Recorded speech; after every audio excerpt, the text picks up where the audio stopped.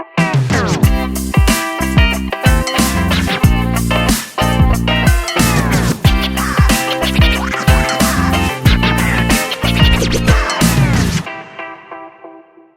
afternoon, ladies and gentlemen. My name is Lalit.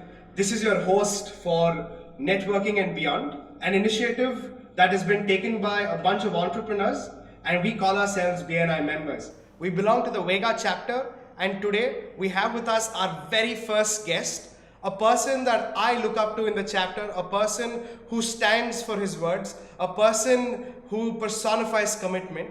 And he's been on the LT table, he's worn various capes of responsibilities, and one of the most approachable members, you can say.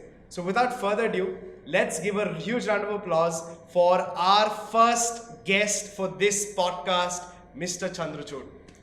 Thank you so much, Lalit. It's my pleasure to be with you, and so nice of you to tell so nice about me. Feels good. Heartfelt, sir. It feels good, and I'm happy that people are able to see those things in me. So thank you very much for that introduction. It's my pleasure to be here. Thank you, sir. Thank you for that, acknowledgement of being our first guest.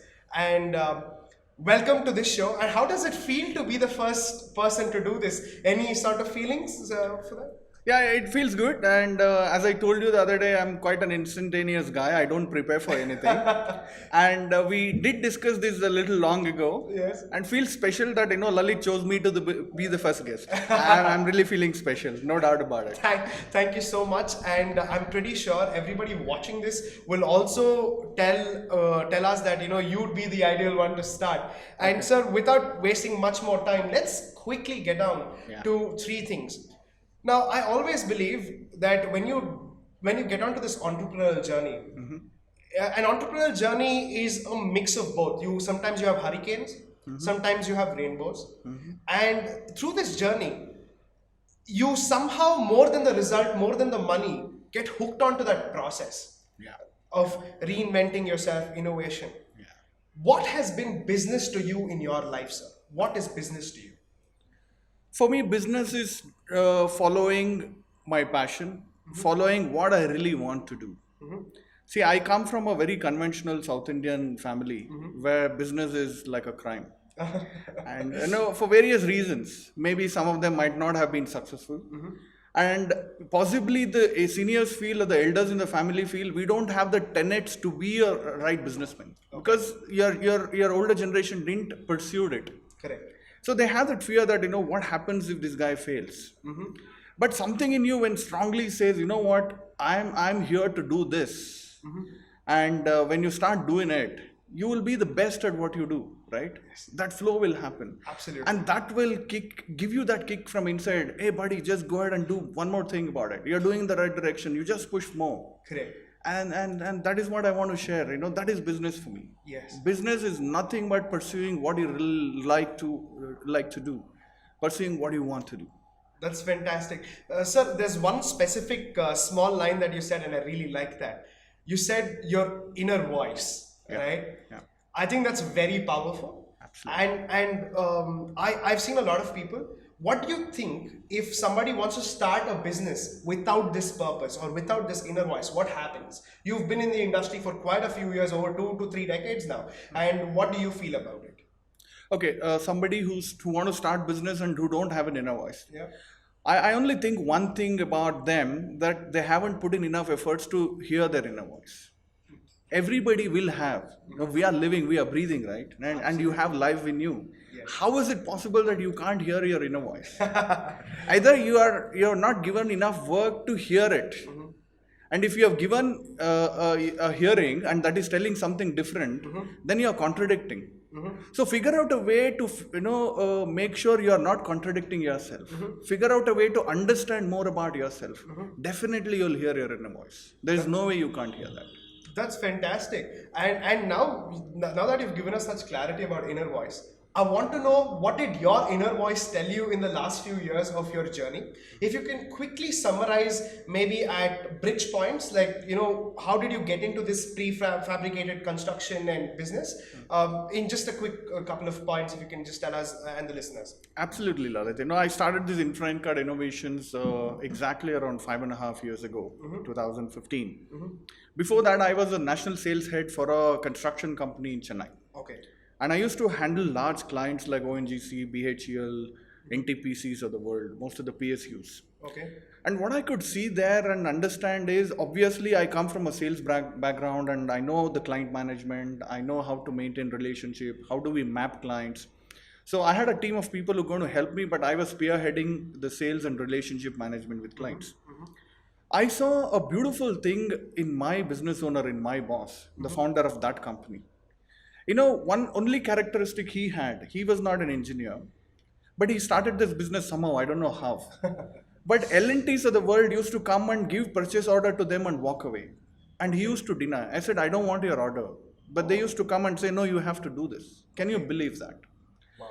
And what I could read from him is, a sheer commitment to work. Okay. And he has never abandoned a project, whether it is generating profits or losses. Wow. And L&T knows this, and they knows if I give a work to him, he's going to complete come what may. And I could learn that from him.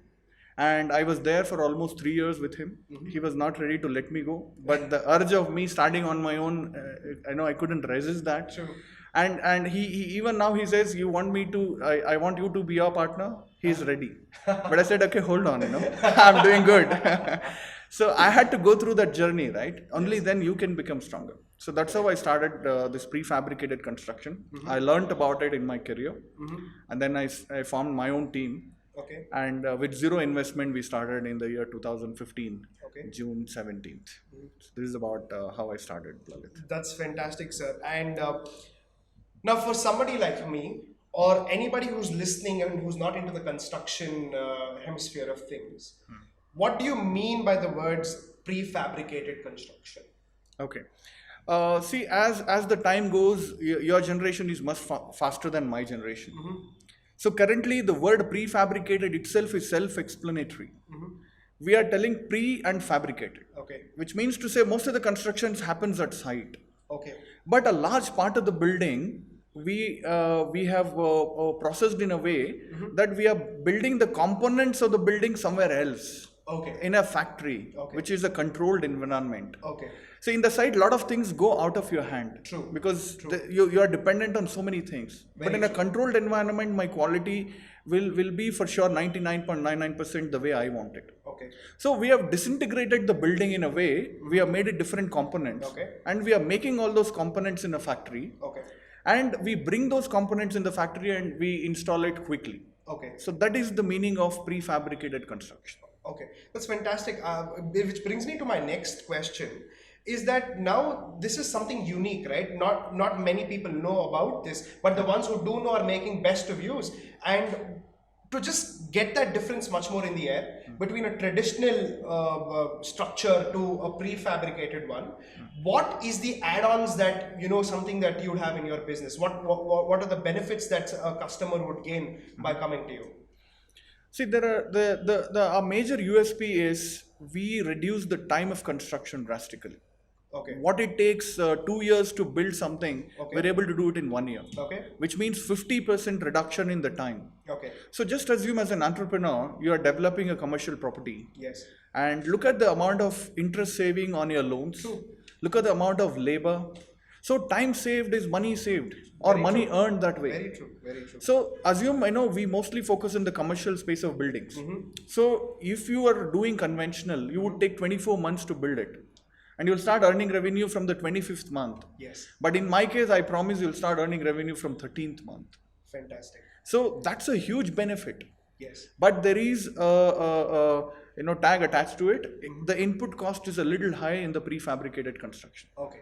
Because what happens, the factory has to be there. That is a capital cost Very field. true. Very true. Then we have to manufacture. True. And then we have to transport. And then we have to use heavy cranes to install the buildings. Yes, These yes. are all a little add-on cost while doing it. Okay. But as I said, if you are starting earning the revenue out of the building from 13 months instead of 26, it's only a fraction of that money that you're spending out here. Absolutely. Absolutely. So this is my takeaway. I mean takeaway for all our clients, and we have given all these benefits in every project that we have worked on. Which also brings me to another thing that I think might be a USP. I mean, just asking. Yeah. Is it also eco-friendly and environment-friendly compared to the traditional ones, or is it the same way? No, it is definitely eco-friendly, Okay. and we use a lot of steel. And if you look at it, the major pollution today, the major cause of pollution is construction industry in the world. Okay. And we use a lot of steel in our buildings. Okay. Invariably, steel is a recyclable material. Correct. So 40% of my building, I am making it recyclable. Wow. Just imagine the life cycle of the building after 50, 60 years we are demolishing. Wow. And 40% of your building is going for recycling. So which means to say, to that extent we stopped pollution. To that extent we contributed to the world to make it more green. So we are absolutely towards helping our community to go practice green practices. That's fantastic, because I really think today, as technology is bringing in more awareness, Yeah. technology is spreading the word of a better and smarter way. Yeah. Time is a constraint, ensuring that there is no environmental damage. That becomes a criteria. And I think for the kind of ups that you are having in your business, I'm pretty sure that as more people gain awareness, it's only going to shoot to the stars. And if I ever wanted to make an investment as an entrepreneur, I'm pretty sure I'd invest into something like this, which saves me my time and also does the right thing for me. So thank you so much for answering that. Yeah. So we'll quickly move on to the next part of your business. I mean, this is like a limb to business that you have, and it's one of your channels, right? And that is BNI. Yeah. Yeah, and for all the for all the listeners and everyone watching, BNI is Business Networking International. Yeah. It is the home of many entrepreneurs who've learned business, who've grown beyond BNI and have done fantastic things to the world of business and to the world outside. So quickly, sir, what has BNI been to you, and how has your journey been in a few lines? Sure, absolutely. To start with, I'm a proud BNI member. I've been a 4-year-old BNI member. Okay. And as I told, I started my business 5.5 years ago. Okay. And possibly I was 1 year into the business. That is when I joined BNI. Okay. Most of the people did not know what is prefabricated construction. So you made me explain today. Lot more people know that. Okay. And even when somebody is trying to build something, when I go and pitch, they would say, "Oh my God, people are doing in factory and coming and assembling. What if my building falls?" These were very simple and straightforward questions client used to ask me. We say, we are an engineering company. We are responsible for the structure. We are signing the stability certificates. It would never happen. Okay. But even then, there was suspicion, there were doubts because they haven't seen this happening. Very true. And that is when BNI came to me, and I immediately accepted to join and become a member. Fortunately, I had an architect to work with. Okay. It is architects whom we latch on as construction companies. True. Because it is the clients who approach architects first. And Mr. Chetan KS, who've been a fellow member with us. Yes. And Mr. Chetan KS understood our offering very well. Okay. And there was an opportunity, somebody wanted to do a school. Okay. And that school happened to be in a lease land. Okay. And they have to leave that land to the owner after 10 years and move out. Correct. The question came, what do I do with the building? The owner said, leave it to me. He is happy to use that building, right? But then they asked, can we do something about it? That's when Chetan said, you know what, I have a guy who can dismount your building and put it elsewhere. They said, wow, is it possible? That's how the client came to our office, and we deliberated, we discussed, I showed what exactly we have done for a few other major clients, not as my company. But we had worked for GE, that was our first company. Okay. So we showcased those projects, and finally the client got convinced. And that was one of our projects we did through BNI. Okay. And for around eight months, I didn't have a single business. Okay. Because it's all high ticket businesses, it won't come easily. True. But the next business that I got, myself and Chetan worked together, was worth around 3 crores. Wow. And the first business that I got from BNI. Wow. So what a fantastic success story, and no looking back after that. Now I connect with BNI fraternity in my region, Bangalore, and across the world, not only India. and we are exploring a lot of opportunities. Correct. And as a matter of fact, I would say BNI is like a backbone for me. And on the to be more straightforward, it is my business sales channel. I don't have many salespeople. Okay. BNI members sells for me. Okay. So as an entrepreneur, what best can happen to you? Okay. Somebody is selling for you and bringing in business onto your table. Fantastic, Absolutely. right? Absolutely. That's something anybody will dream for. Right. This is on BNI. I mean, that's a great success story, and for somebody who's just joined the process, Right. it gives us a lot of hope and faith to believe in this big, large organization called BNI, Right. and it's been moving mountains. And it's just not small numbers of business, but it's massive numbers of business. And even during COVID, BNI International together clocked close to $1 billion. Absolutely. Which is such a fascinating thing, because everybody's assumption is, hey, COVID, everything stopped, nothing's happening, and somehow BNI found a way to even connect there, and the connection went beyond just us. Right, we started connecting with regions outside our own region. We went and got connections internationally, and we collaborated and worked. Which brings me to my next question. Sir, what is your ultimate process of referral generation exclusively in BNI? Right? What is your process? I mean, it can be anything, whatever you feel. I want the rawest form of it, that people can use. Okay. Process of referral generation. I would possibly take it on the other side of it. The members of BNI should think that they should be referable. Okay, it starts from there. As I said, my story of 8 months I didn't have business. It took time for me to convey my USP to someone, right? Correct. And convey the differentiating factor that I'm bringing in from existing practice to what I do. Very true. And they found value in me. Only then the business got generated. Correct. So I want all the members to be the best in the service and the product they are offering. Correct. When they question themselves, am I the best? What is it that I'm offering? Who is getting interested? When I talk to 10 people, I'll get a feel that people are really interested to seek more information about my product or service. Correct. That is the first thing you do. Correct. And if you really have a good offering, there are seekers, no doubt. Very true. So be referable, number one. And me being a giver, and when I look at somebody referable, I have to have the intent of really working with my contacts to make sure they generate right referrals. And always try to do a level 5 referral. We know level 5 referral, right? Yeah, it's like a really hot referral. Absolutely. That works. I mean, it's going to happen for sure. How does that happen? I know Lalit has a fantastic offering. Lalit can make a difference in somebody's life. If I just pass a number and ask Lalit, what I've spoken about you, you reach out to them, nothing wrong about it. That is a valid and qualified referral. Correct. But I take Lalit along and tell Lalit, tell the prospect what difference Lalit could make to me. What are the chances of conversion? So always strive for giving a level 5 referral. Do not make referral generation as a duty for your chapter. It is a recommendation that you are doing for your fellow chapter member. True. And until and unless I recommend you, I don't consider that as a referral, as a practice for myself. Correct. So what I do is I generally refer people. I ask them, has it converted? Is it good? Was the client expecting you? And they say they acknowledge it. Then I would consider it as a referral generated from my side.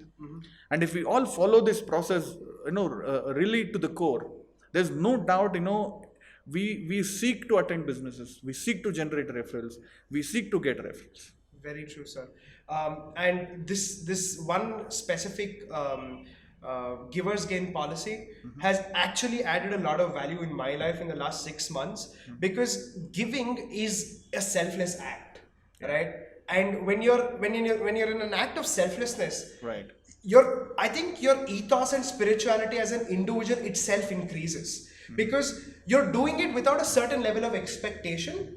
Right? And sometimes even when you're giving, if you have a certain expectation, it marginalizes the giving process also. Absolutely. So I've understood this very well in BNI since the last 6 to 8 months. And I'm so thankful for members like you who don't just say it, but embody it within yourselves, that I can look up to, and the rest of the young fraternity who's joining BNI in the years coming, can grow from.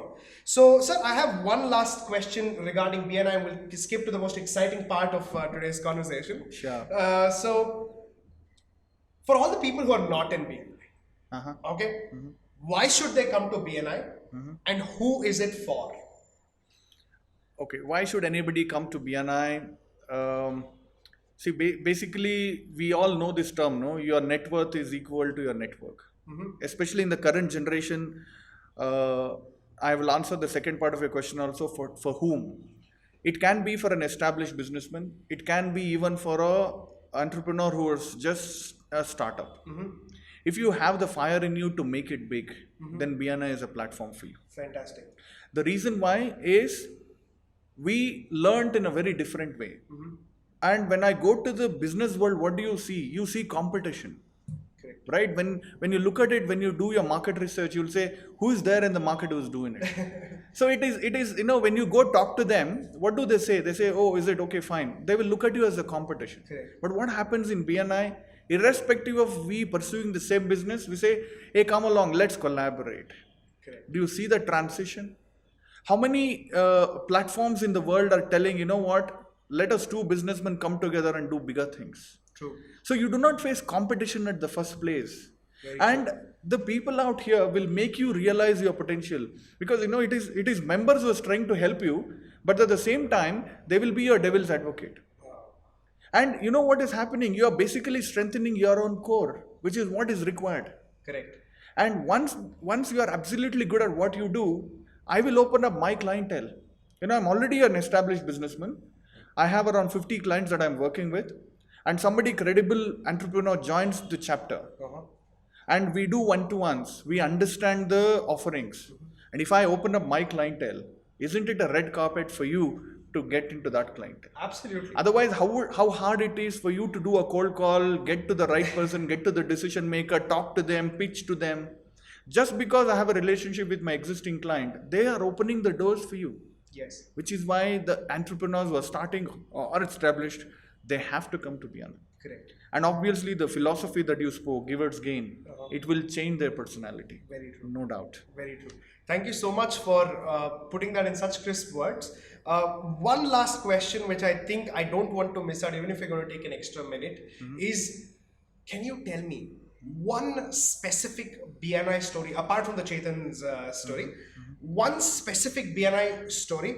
Let's go, if you can, a little out of the chapter. And so that to show a little more promise to the ones who are listening, Yeah. can you give me one specific story that comes to your mind, and says BNI and gives you a smile on your face? Definitely. I have quite a few stories. I'm going to tell one story. Okay. Since I'm a little old member, seasoned member, I would say possibly I put in 4 years in BNI. And thanks to the process, they acknowledged me and made me a launch director, consultant, launch ambassador.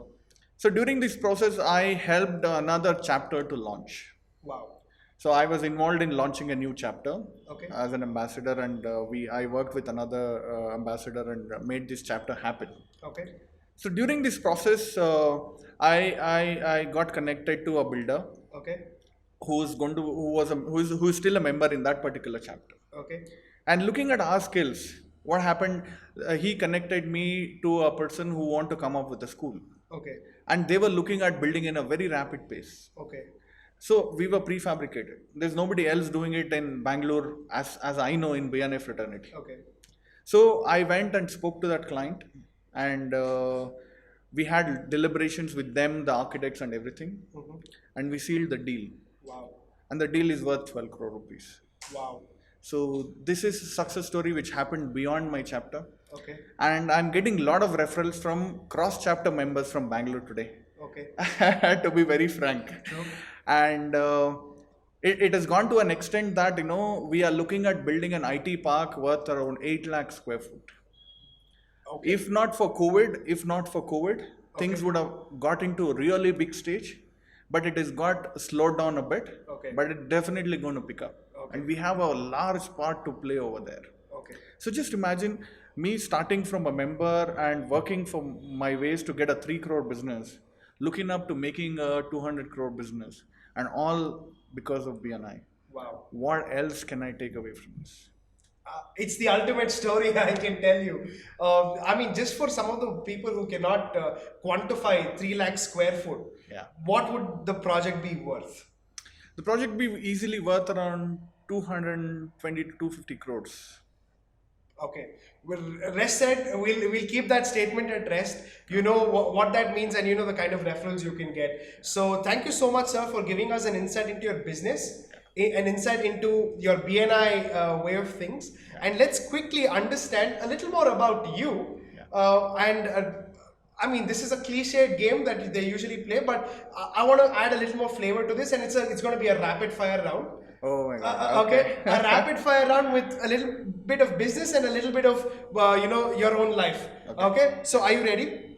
Absolutely. So you're supposed to answer this in less than about 10 to 15 seconds max. So that's your upper limit. Okay. Sure. So quick answers. Yeah. So 10 seconds max. Okay. Yeah. So your first question, sir.